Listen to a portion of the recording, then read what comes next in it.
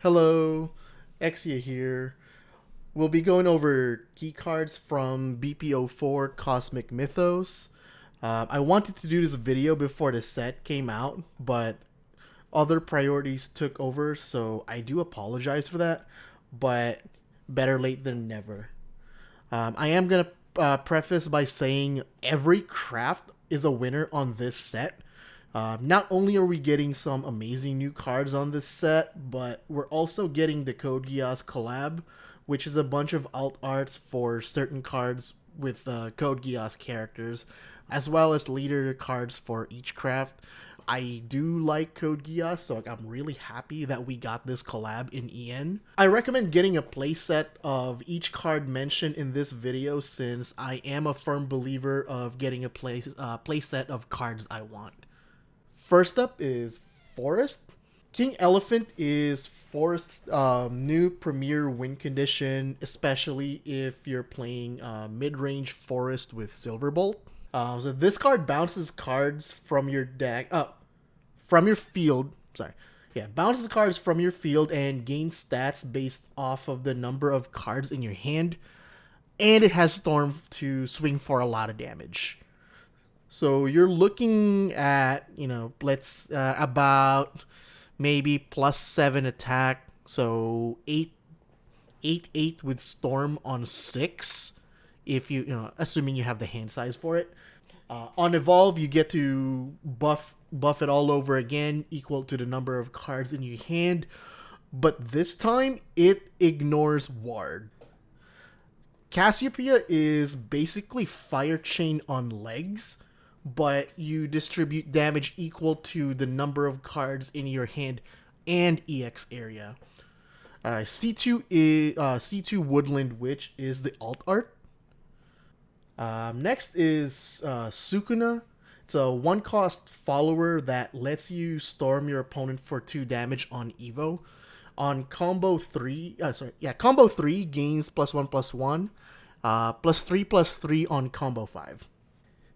Then you have Spring Green Protection, 1 Playpoint Amulet that enables you to get your combo count up for cheap, either by its own effect, which puts a 0 Wisp in the EX area when it leaves the field, or if you bounce it with another card like Nature's Guidance or Marvelous Sunday. Inviolable Verdancy is the alt art. Ivy Spellbomb is Forest's equivalent of Serpent Wrath, which deals 5 damage to an enemy follower, but it also does 3 damage to its enemy leader on combo 3. C2 is the Forest leader. Next, we have Sword. Mars is somewhat of an indirect support for Hero Sword, since you can Evo it for 0, and on Evo you can choose to pay X number of play points to search for an officer from your deck and put on your field equal to the number of play points you paid on Evo. So you can bring out Mock Knight with its Evo effect, give it Storm since it's played from other than your hand, and also give it +1 since Mock Knight is an officer follower. Gawain is basically 3 playpoint 5/5 if you have 2 commander or Arthurian cards in your hand to reveal and recover 2 playpoints with. Its second effect, to make the first commander you play each turn cost 1 less, synergizes really well with a lot of the cards in this set, since a lot of them do have the commander trait. And there is one other follower for now that also has the Arthurian trait, which is Tristan. Barbarossa is a 5-cost 6/5, similar to Aurelia. If there's at least 3 enemy cards on the field, cost 2 play points to play, has a sail on Evo, has last words, put this card into its owner's EX area. So it's similar to Masquerade Ghost in Abyss, where when this leaves the field, the Evo form goes face up on top of the Evo deck, while the base form goes into the EX area, and then you can keep recycling from there. Perseus is the replacement for Ninja Trainee in Hero Sword, since gains +1/+1 if there's at least 4 other followers on your field. Hero Sword can easily do its fanfare effect by either playing Floral Fencer Evo on turn 5 going first, 4 going second, or the Valiant Fencer combo. Cyclone Blade lets you do X damage to each enemy follower on the field equal to a commander follower's attack on your field that you choose. So let's say you have a Barbarossa Evo out on the field and you play Cyclone Blade. So you can do 7 damage to each enemy follower on the field. It is a nice AoE damage card for Sword, but might be a bit slow. I would still recommend it though. Chivalrous Charge is the alt art. Shrouded Assassin is Sword's equivalent of Shapeshifting Mage, except it costs more to Evo. It has good stats. I just don't like that it costs 2 play points to Evo, so it kind of makes it awkward and slightly slower than Shapeshifting Mage to play, but it's still a good card. Next we have Lord General Romeo and Princess Juliet, since they have synergy with each other. If you have one on the field, the other costs 2 play points less to play, and if you have both at the start of the end phase, you get to proc their at the start of your end phase effects. So for Lord General Romeo, it's heal for 2, and for Juliet, do 2 damage to enemy follower on the field. Here's Tristan, the other Arthurian follower on this set. Armor of the Stars gives a follower +1/+2 and aura, which is really good for 2 play points. And depending on which follower you give it to, you could put them out of Conflag or Egg Evo range. So like Floral Fencer, Floral Fencer Evo, Mock Knight Evo, etc. Suzaku is the sword leader. So Giant Chimera is the obvious best card for Rune in this set. Spellchain Rune is getting a much needed boss follower, though this card alone does not make Spellchain Rune tier 1, unfortunately. That's not until set 6 when Kuon and Curse Crafter comes out, assuming Curse Crafter doesn't get hit before it even comes out. You also do need Daria from set 2 to hit the Spellchain 30 effect. But if you build the deck right and if you play your cards right, you can pull it off relatively consistently. Next is Europa. This is the only card I will mention in this video that you can get away with only getting one of the Evo form, which is right over here. Since its fanfare effect is select the face up Europa in your Evolve deck, turn it face down, and give this follower +1/+1. So if you already have a face up Evo form of Europa, the next Europa you play, you can flip it, and then you can recycle its Evo, and now you have 4/6. Yeah, 4/6 with Storm, Bane, and Ward for 4 play points. Next is Chain of Calling. Look at top 5 cards of your deck. Reveal a rune follower and add to hand while you bottom deck the rest. This lets you more consistently see key rune cards like Giant Chimera, Daria, Merlin, etc., depending on the build.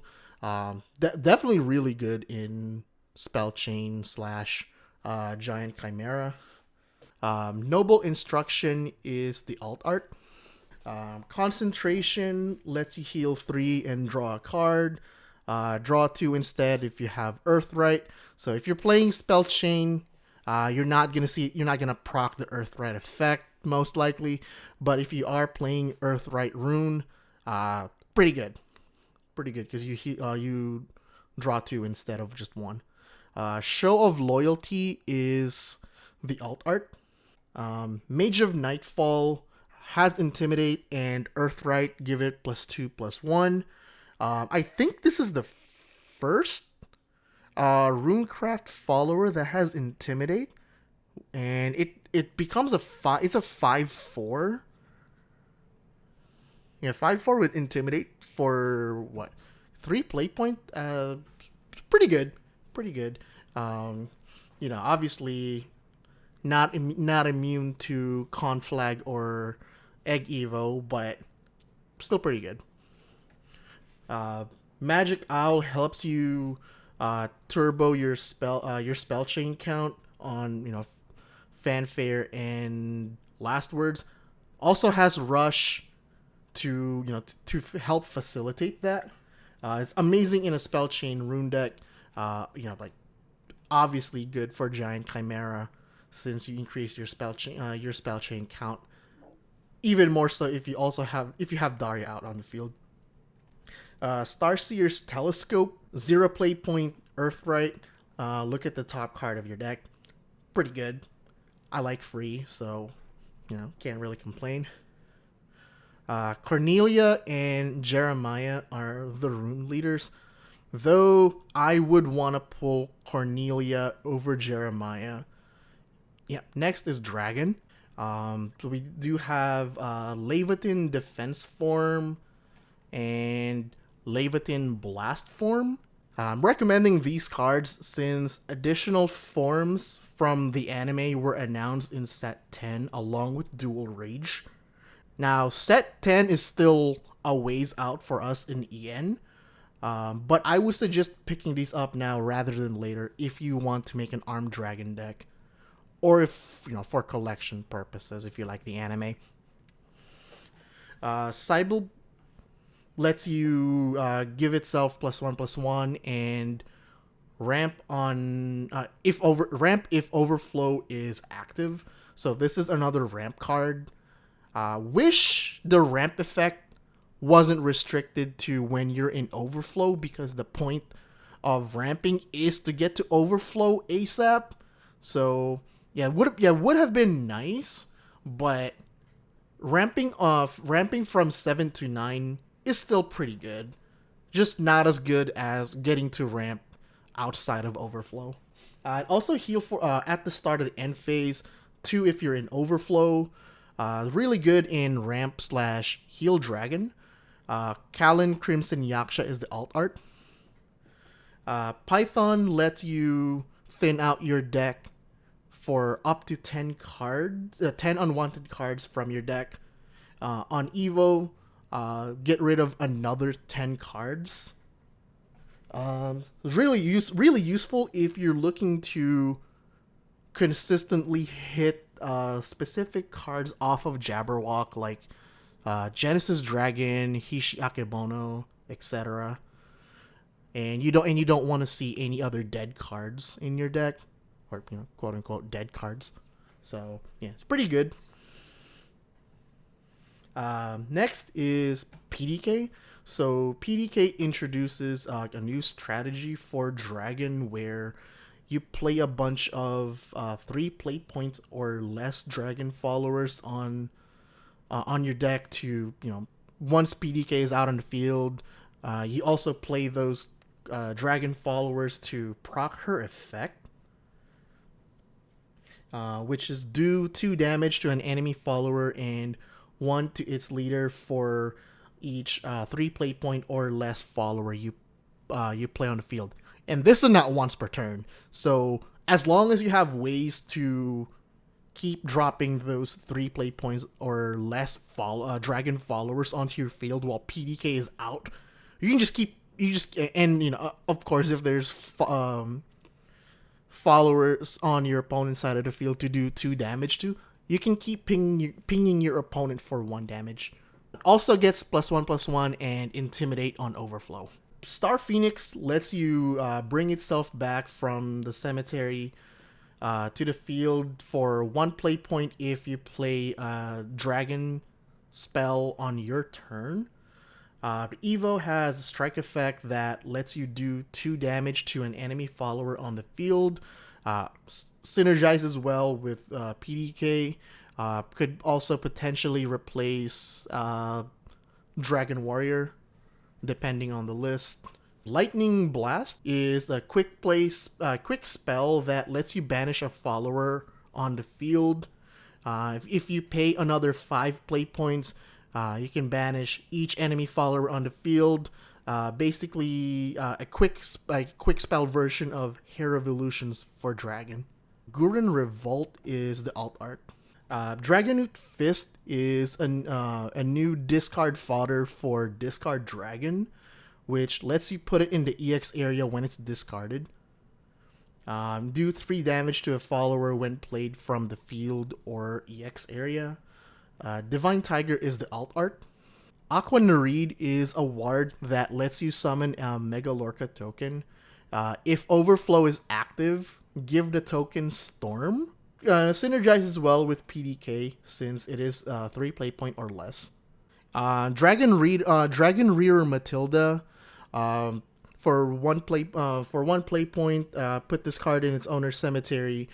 Look at the top 3 cards of your deck. You may reveal a dragon follower that costs 3 play points or less from among them and add it to your hand. Put the remaining on the bottom. Also, obviously you're gonna synergize well with PDK since 3 play points or less. Dragon's Nest lets you heal for heal 2, and if Overflow is active for you, you also draw a card. So it's a one cost heal 2, draw a card on Overflow. So pretty good in ramp/heal dragon. Kalin and Lee are the leaders. Next is Abyss. A Howling Demon does 4 damage to a follower, 8 if Sanguine is active. On Evo has Storm, and if Sanguine is active, heal 5. It's good in aggro/mid-range Abyss, but unfortunately may only see play on this set, maybe a little bit of next.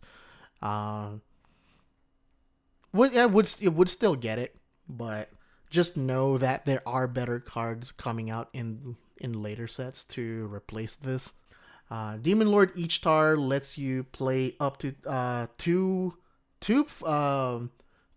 Abyss followers that cost 2 play points or less from the cemetery to the field and give them +1/+1 on Necrocharge 10. +3/+3 on Necrocharge 20. All of your Abyss followers also gain Rush while this card is on the field. Lesser Mummy and Spartoy Sergeant are probably going to be the usual suspects for its fanfare effect. Lelouch, leader of the Black Knights, is the alt art. Grave Desecration helps you increase your Necrocharge count as well as add a departed card from your cemetery back to the hand.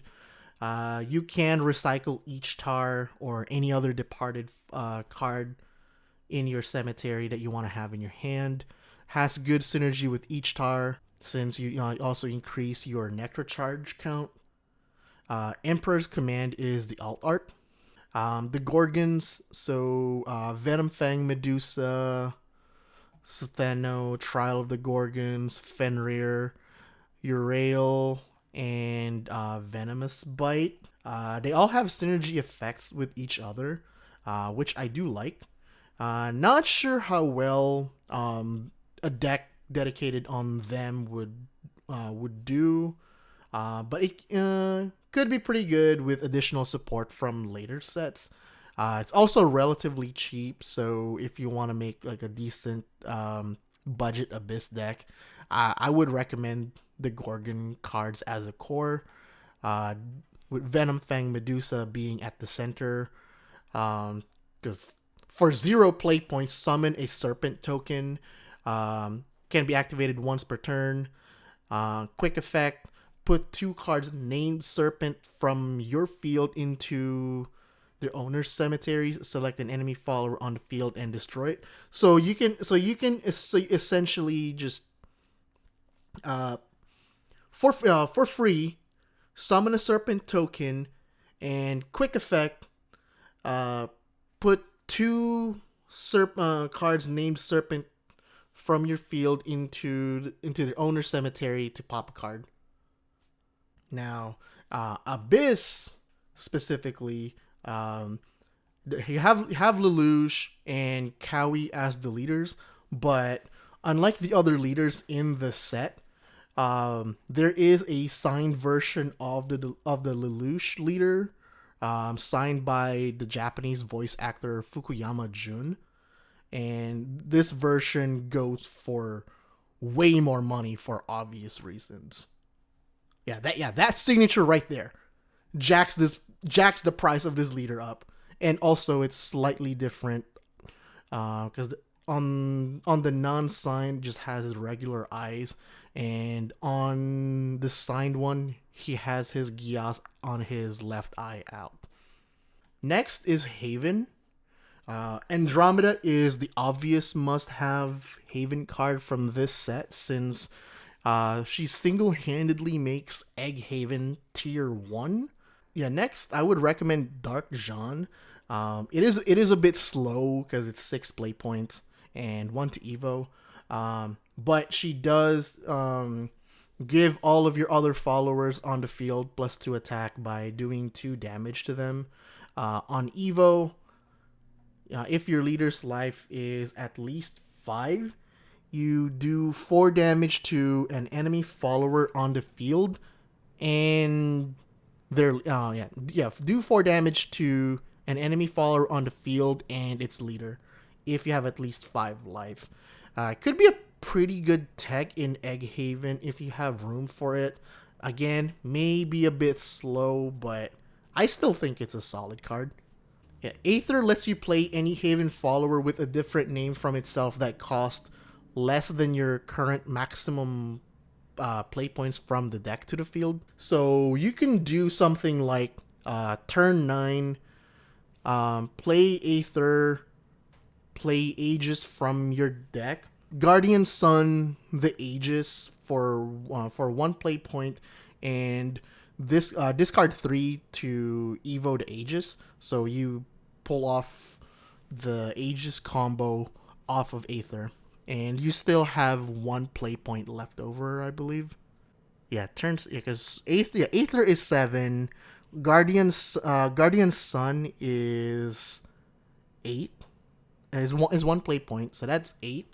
And I believe its other effect also costs 1 play point, so you can do the full Aegis combo on turn 9 if you have Aether in hand. Globe of the Starways lets you search for any amulet, reveal and add to hand.